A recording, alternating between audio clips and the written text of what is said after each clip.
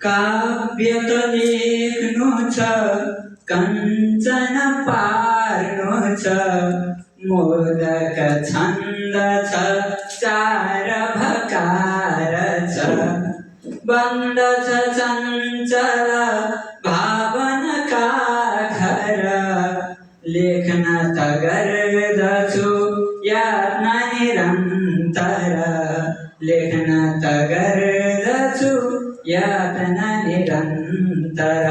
नमो नमः सौभाग्य सभापति व्यस्त सम्पूर्ण साहित्य अनुरागी मित्रहरूमा मेरो नमो नमः। आज पर्न गएको पृथ्वी जयन्तीको दिवस तथा राष्ट्रिय एकता दिवसको हार्दिक मङ्गलमय शुभकामना व्यक्त गर्दछु। साथै आज यस पुष्पपराग साहित्य कार्यक्रममा वाचन कार्यक्रममा म पहिलोचोटि उपस्थित भएको छु। यहाँको कार्यक्रम वाचन गरेको भिडियोहरू देखिरहन्थेँ, आउने मन लागिरहन्थ्यो, कता कताबाट आज ठ्याक्क मिलेछ। हेर्नुहोस् कस्तो सुन्थ्यो। मैले नि हामी पनि यसै गरी एउटा जोडिएर साहित्यिक चौतारी नेपाल बागमती प्रदेश शाखाको सचिवको रूपमा यसो एउटा संस्थाहरू हामीले चलाइरहेका छौँ। आशा छ हामीहरू फेरि त्यता पनि जोडिनेछौँ भन्ने।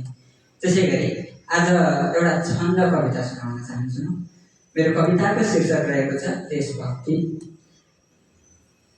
कविता सार्वजनिक विकृत छन्दमा रच्ने प्रयास गरेको छु। कविता यसरी सुरु गर्दछु।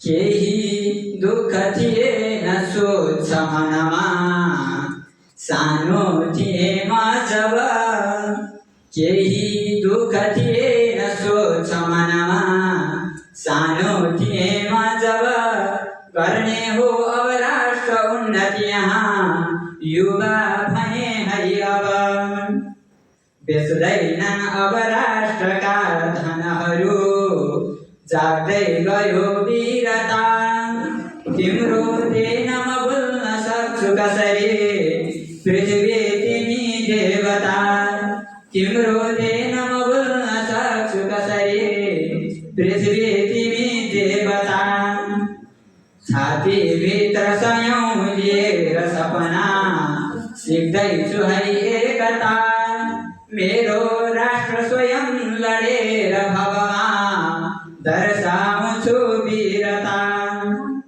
हाम्रो गौरव देशको दिनदिनै गर्दै गयो झन्झब, आफ्नै संस्कृति धर्म यो भुवनमा अस्तित्व राखौँ सब,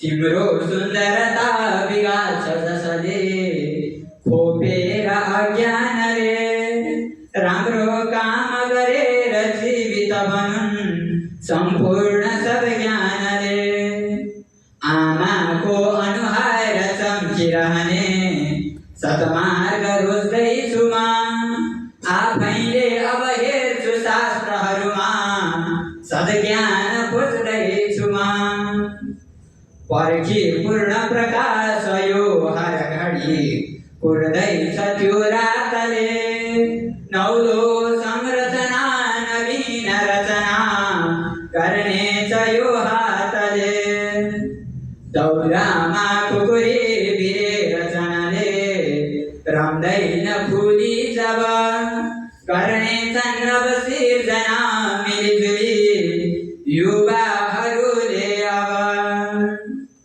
सारा देश उजाडलौ हुन गयो, संस्कार यो मासियो, सारा देश उजाडलौ हुन गयो, संस्कार यो नासियो, यो अस्तित्व सबै गयो भुवनको आफै अहो भासियो, हाम्रो प्राण दिएर बस्दछ भने यो देशको गौरव, नेपाली जनता भएर नडरौँ, गोर्खाली हौँ है सब, नेपाली जनता भएर नडरौँ, गर्दै